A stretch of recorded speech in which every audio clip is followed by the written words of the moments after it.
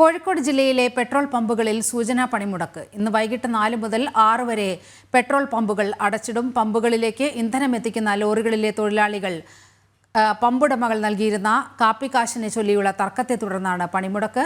വിവരങ്ങളുമായി ദിസ്ന സുരേഷ് ചേരുകയാണ്. ദിസ്ന, 4 മുതൽ 6 മണി വരെയാണ് പണിമുടക്ക് പ്രഖ്യാപിച്ചിരിക്കുന്നത്.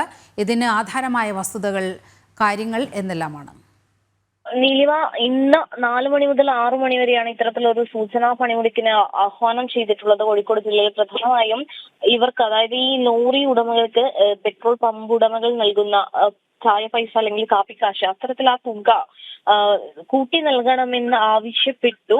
അത്തരത്തിൽ ഈ ആവശ്യം അംഗീകരിക്കാൻ കഴിയില്ല എന്നതിനെ ചൊല്ലി ഇന്നൊരു ചർച്ചയുണ്ടായിരുന്നു. അതായത് എലത്തൂർ HPCL ഈ ലോറി ഡ്രൈവർമാരുടെ സംഘടനയും അതുപോലെ തന്നെ ഈ പെട്രോൾ പമ്പ് ഉടമകളുടെ സംഘടനയും ചേർന്നൊരു ചർച്ചയുണ്ടായിരുന്നു. പക്ഷെ ഈ ചർച്ചയ്ക്കിടയിൽ സംഘർഷം ഉണ്ടായി എന്നതാണ് നിലവിൽ ഇവർ ഉന്നയിക്കുന്ന കാരണം. ഈ സംഘർഷത്തെ പ്രതിഷേധിച്ചാണ് ഇത്തരത്തിൽ സൂചനാ പണിമുടക്കുമായി കോഴിക്കോട് ജില്ലയിലെ പെട്രോൾ പമ്പുകൾ അല്ലെങ്കിൽ പമ്പ് ഉടമകൾ രംഗത്തെത്തുന്നത് എന്നാണ് നമുക്കറിയാൻ സാധിച്ചിട്ടുള്ളത്.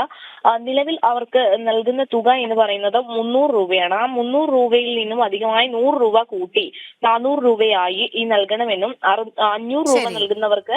കോഴിക്കോട് ഇന്ന് വൈകിട്ട് 4 മുതൽ 6 മണി വരെ പെട്രോൾ പമ്പുകൾ അടച്ചിടുകയാണ്. വിവരങ്ങളാണ് ദിസ്ന പങ്കുവച്ചത്.